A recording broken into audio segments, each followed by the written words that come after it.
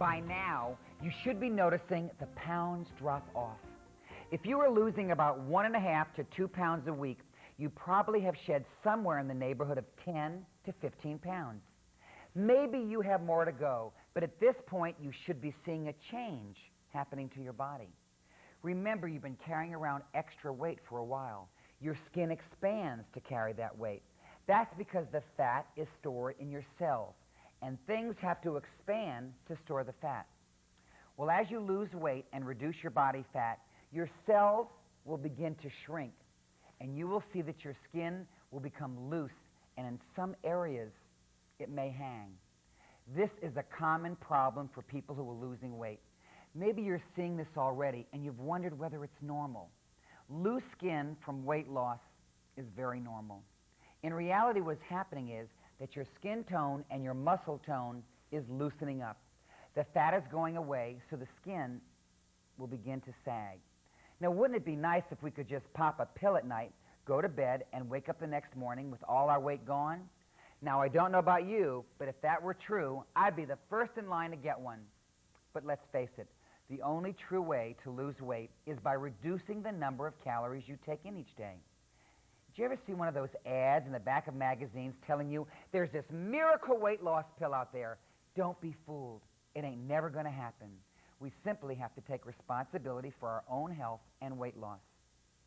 Well, just like you can't take a pill to lose all your extra weight, you can't take a pill to get your body in perfect shape. And that's why you must exercise. Exercise is the best way to help you tighten up that loose skin you may see after you lose weight. Now, as you know, I've helped many people lose weight.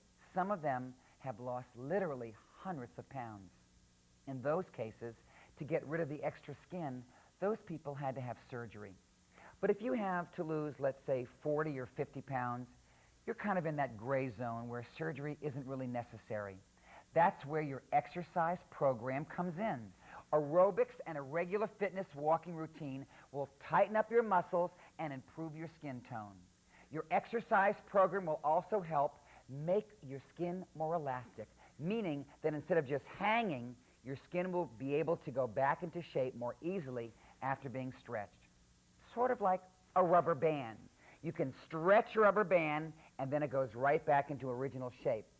Well, that's what you want your skin and your muscle tone to be like, elastic. Now, to be perfectly honest, depending on how much weight you lose, you will reach a point where you tighten up a certain amount of skin and then it will stop. You may be left with a little skin hanging that just won't go away. What are you going to do? Well, if you don't really fall into that group of people who must have surgery, then I say live with it. You have to accept your body's change. Let me tell you that I would rather have a little skin hanging than go back to the way I was of being overweight with all that fat stored in my cells. And I think you should look at it that way too. You have to ask yourself, what is more important, being healthy and having a sag here or there, or being overweight, out of shape, unhappy, and uncomfortable? I think that for all of us, the answer is being healthy. It's almost the price you have to pay for putting on that extra weight to begin with. Now let me put it another way for you. I look at my extra skin, my sagging skin, as battle wounds because I fought the battle of the bulge. And so did you. So that skin that won't go away is a reminder to us of where we've been and where we never want to go back to again. Well, that should help to make you feel just a little bit better about what I call skin, go away. Learn to accept how your body is changing and recognize that in all of this, it is really changing for the better.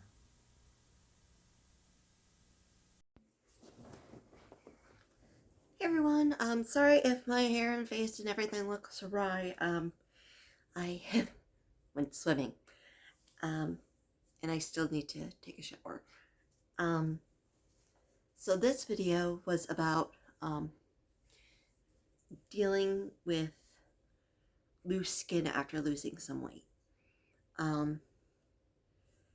And how, the loose skin is kind of like battle scars. But that exercise can help that loose skin tighten up to an extent. Um, I guess I've seen that. I personally haven't noticed this. I'm not sure if this exactly falls under body dysmorphia, but when I look down at my legs, I see some calves that are kind of fat, thighs that are pretty fat, belly's fat. I mean, I know my chest is big. I don't need a mirror to tell me that.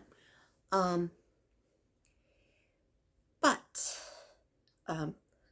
I get alerts off of this camera over here um, about, because it's motion censored, and it is right by Alani's stroller.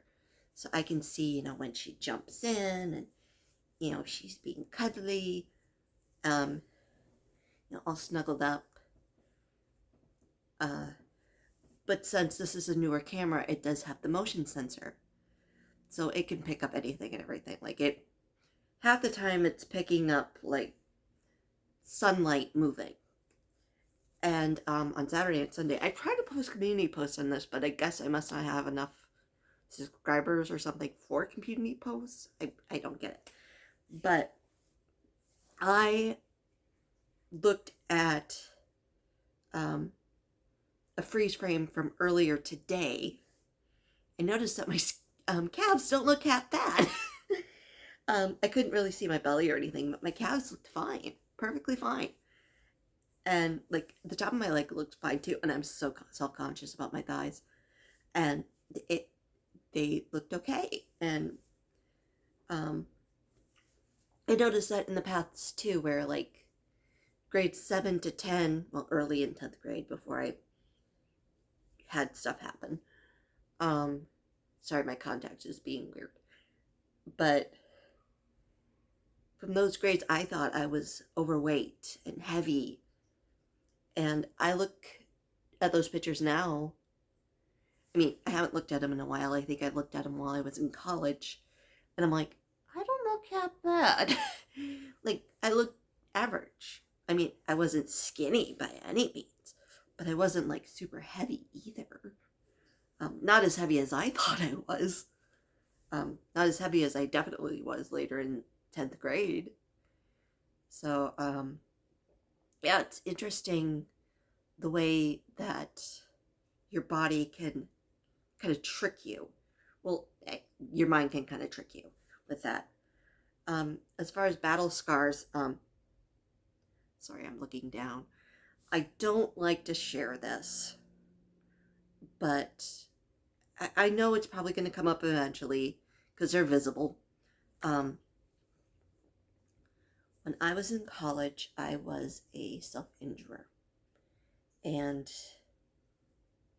I know one time in particular, I went after a certain spot. It kind of looks like, can I turn my arm so you can see it? Yeah, it's right there. Kind of looks like a burn. That's not what it is. I also have a couple, I don't know, again, I don't know if you can see. On this arm too, I have some like there and there and there. But yeah, there's also one right here, one here. I thought I would have a ton on my back. I don't. Lucked out there. But I only have one scar on my back, and it's from back surgery. And I know at one time we talked about trying to make that one scar smaller. I also have scars on my abdomen from having pull-through surgery. I was born with Hirschsprung's disease. So they had to go in and do stuff to my intestine to eventually make it normal-ish. But I have, these scars on my belly. Like I have a scar from where they had to basically tie the colostomy tube down. I don't have a colostomy bag anymore. But I have those scars from those experiences. And I like how he refers to them as battle scars. Because with the ones on my abdomen, those are symbols of battling for my life. And the other ones are battling against my mental illness, and I guess kind of for my life in that way too. So yeah, that's kind of my thoughts on this one. I'm going to try and upload this and go take a shower because chlorine, hair, yeah. I will see you later.